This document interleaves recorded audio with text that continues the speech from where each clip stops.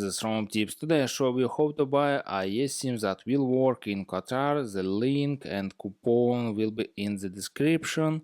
And open description and click on link Voyafly eSIM and open this website voyafly.com and click on this and write Qatar.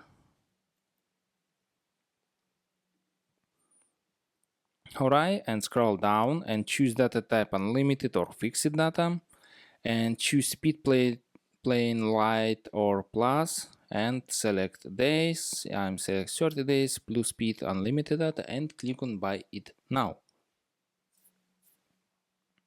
Alright, open this page and click on this and write ROAM tips and click on apply. Alright, total price $140